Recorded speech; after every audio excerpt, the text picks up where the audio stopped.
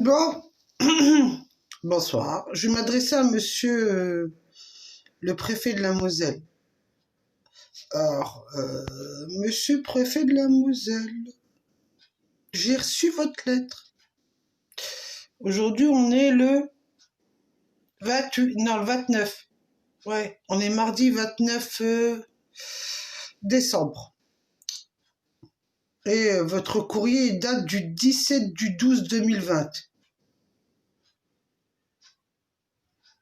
Vous en avez mis du temps pour me répondre à ma lettre que je vous ai envoyée. Alors, vous dites dans votre lettre, par ce courrier reçu du 30 novembre dernier, vous avez interpellé mes services sur un questionnement relatif à votre situation au regard d'une mesure de soins psychiatriques dont vous faites l'objet. Alors, vous avez mis tous les arrêtés que je vous ai transmis.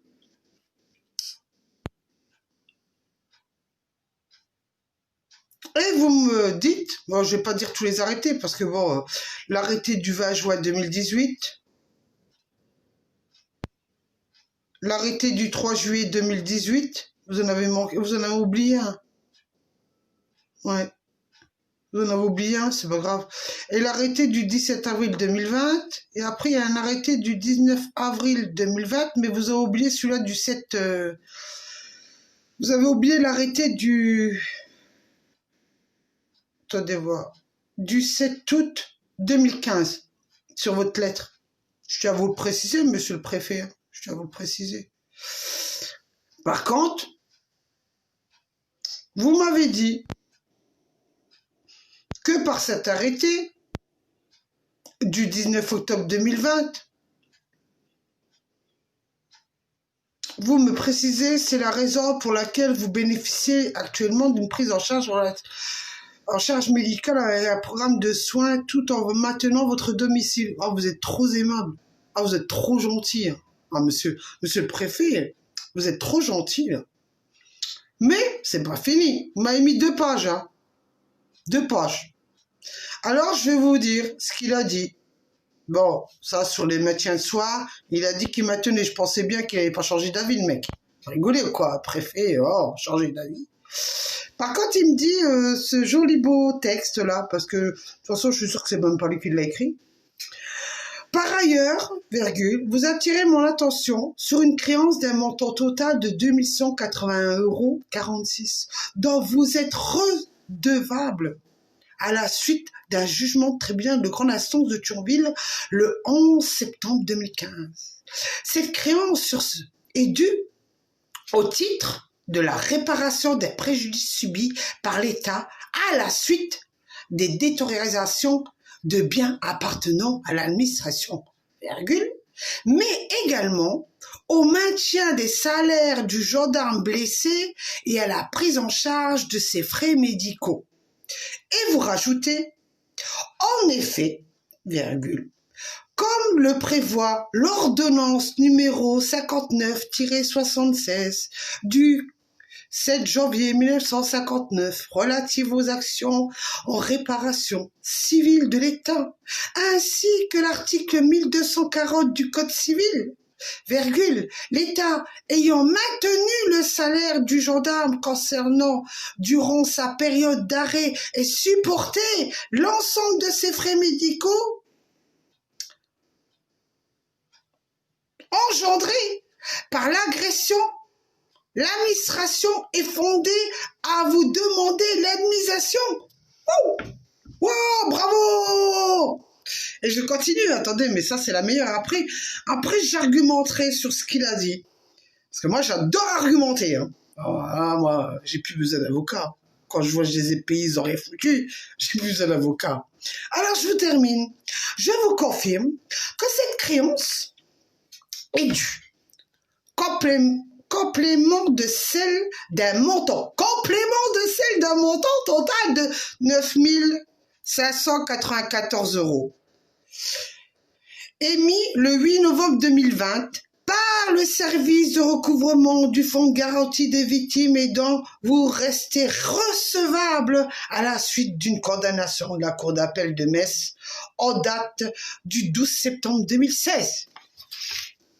Je vais tourner la page. Regardez le texte. Et je vous mens pas. Attendez, je cache là. Attendez 5 minutes. Ça, je ne montre pas. Voilà. Je sais pas si on voit. C'est bien le préfet qui me l'a envoyé. Attendez. Voilà, c'est mieux comme ça. On voit? Voilà. Voilà. Par respect pour vous, monsieur, que vous m'avez écrit, je cache votre nom. Alors, la suite. Ben, je ne dis pas. Hein. Attendez, je cache le nom. 5 minutes. Je ne dis pas. Après, c'est un petit paragraphe comme ça. Vous voyez, tout petit. Alors, j'ai eu de la lecture aujourd'hui. Alors après, c'est... Cette dernière créance est due au titre de réparation de préjudice subi aux parties civiles de monsieur Julien Dalle-Molle et correspond au remboursement des dégâts causés de vos faits. Mes services restent à votre disposition pour toute demande de renseignements complémentaires. Veuillez agréer, madame, l'expression de ma considération distinguée pour le préfet et par sa délégation, la sous-préfète, ouais, direction du cabinet. Voilà ce que je reçois, moi. Bon, ben, 2 pages. Et dans aucune des 2 pages,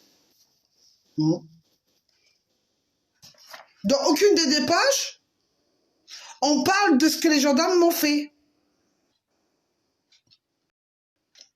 On ne parle pas de ce que les 2 gendarmes m'ont tabassé dans la camionnette des pompiers. On ne parle pas de ce que les gradés de Mesqueleux m'ont tabassé. Ils m'ont abîmé la jambe et je suis handicapée. Parce que le mec, je me suis pas dégonflé. Moi, j'ai envoyé mon dossier médical, là. En cas où il croirait que la fille, elle est folle. Moi, je lui ai pas envoyé le dossier médical de mon cerveau. Je lui ai envoyé les pathologies que j'avais réellement.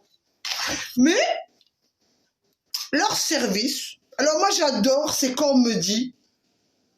Écoutez bien, hein, créance de 2181,46 €. Hein, jugé le 11 septembre 2015, évidemment. Hein. J'ai pas été jugé par la préfecture, moi. J'ai été jugé par le tribunal pour dire que j'ai été condamné. J'ai fait de la prison. Mais c'est pas grave. On m'entoule, on me tabasse et on me dit, madame, venez payer les personnes qui vous ont foutu en tôle et venez payer les personnes qui vous ont massacré.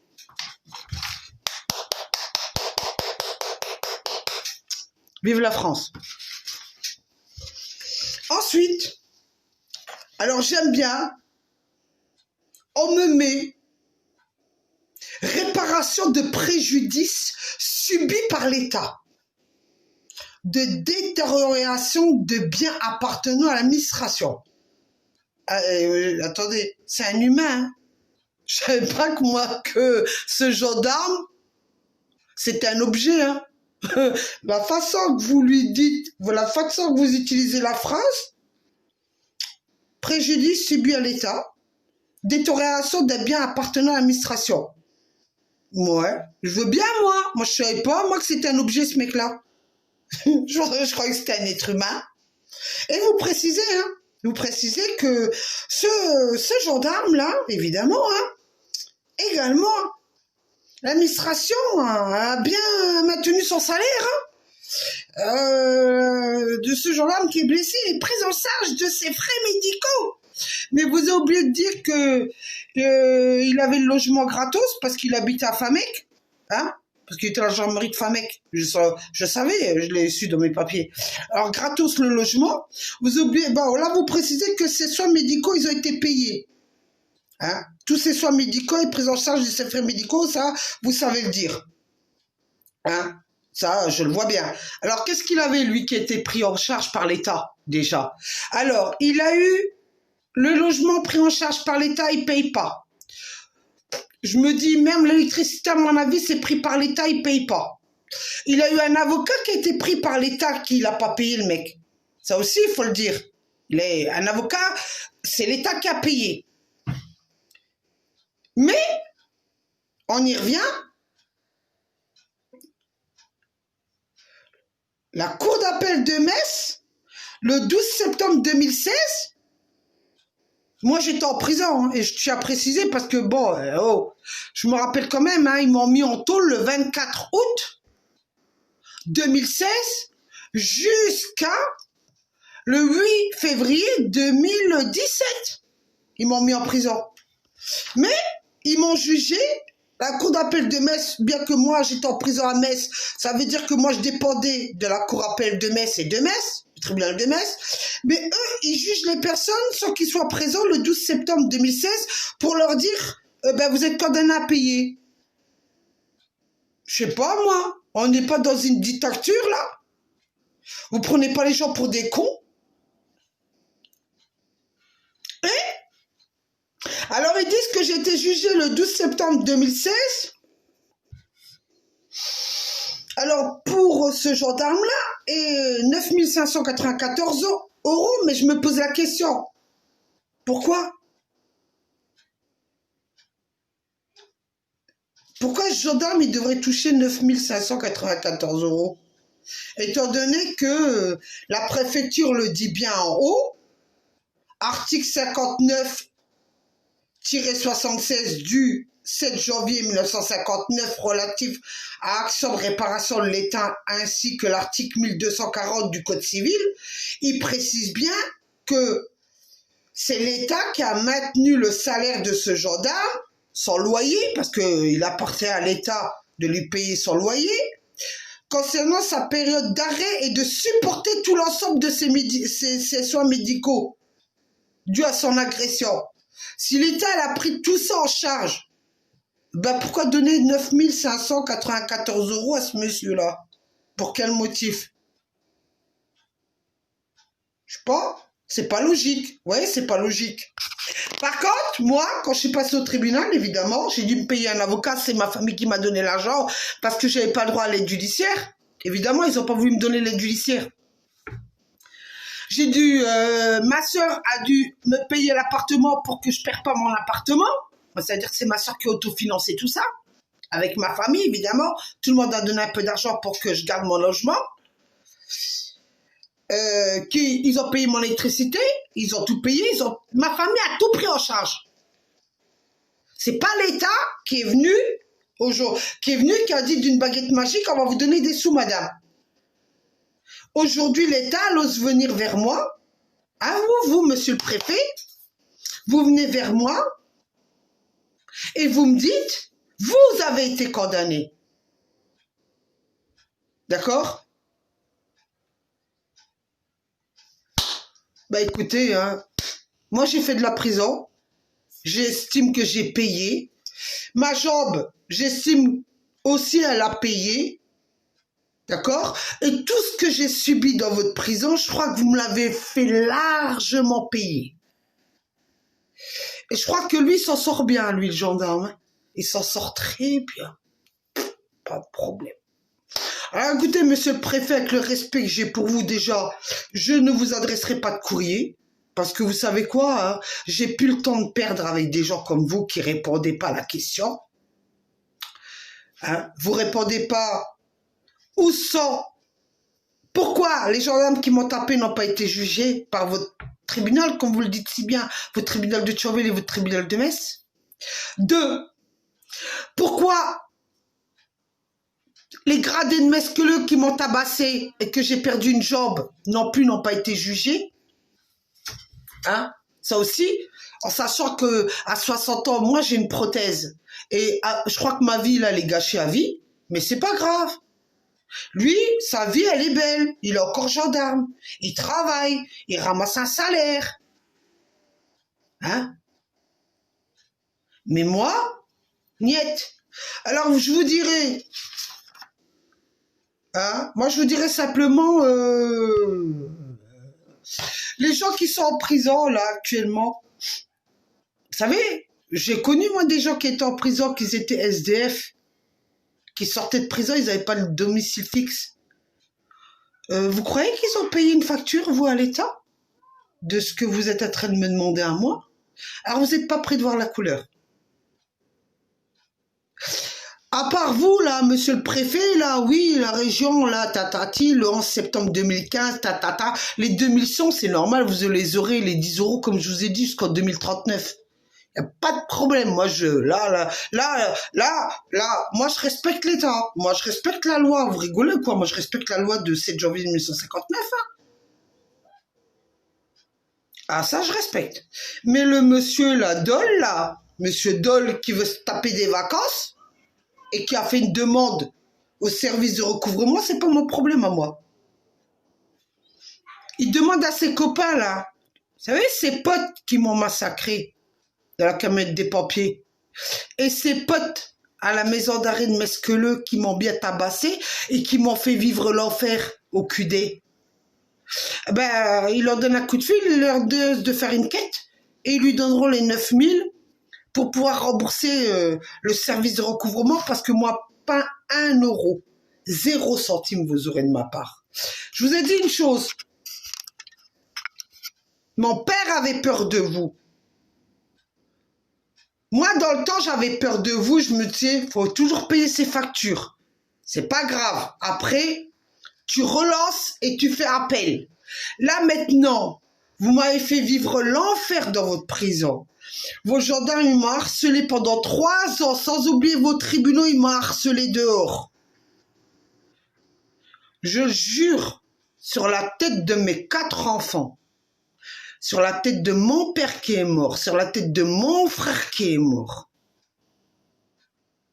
que il n'aura jamais, le service de recouvrement n'aura jamais les 9000 euros.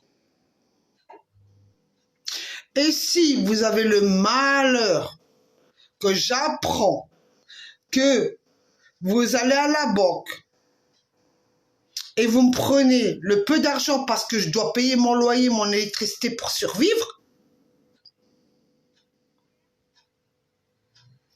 moi j'ai rien à vous dire, hein. Je vous l'ai déjà dit, je l'ai dit au notaire, et je ne le répéterai pas 2 fois de ce que j'ai dit au notaire. Vous irez voir le notaire que vous avez nommé et vous lui demanderez qu'est-ce qu'elle a dit, Madame Saki, en présence de 2 avocats et 2 notaires. Si vous voulez jouer les malins avec moi. Moi maintenant, vous savez quoi, j'ai plus rien à perdre. J'apprends qu'une saisie, comme vous avez fait à mon père. Quand vous lui avez saisi de l'argent sur son compte et qu'il a dû payer l'homme qui a tué son propre fils d'une balle dans la tête et que vous nous avez insulté pendant tant d'années, vous nous avez humiliés, je vous promets une chose, ça ne sera pas la peine de marquer que j'ai des troubles mentaux, hein. Ça ne sera pas utile de marquer que j'ai des troubles mentaux. Parce que c'est vous, avec tout ce que vous m'avez fait subir en prison, qu'aujourd'hui, j'ai pas pitié de vous. Et j'aurai jamais pitié de vous. Vous m'avez fait subir l'enfer en prison. L'enfer. Je le souhaite à personne de ce que j'ai subi en prison. Je le souhaite à personne. Et vous avez l'audace et le culot de me demander de payer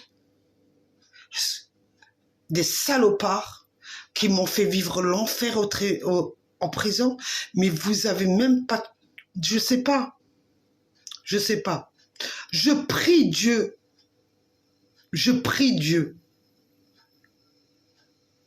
qu'il vous arrive pas ce qui m'est arrivé.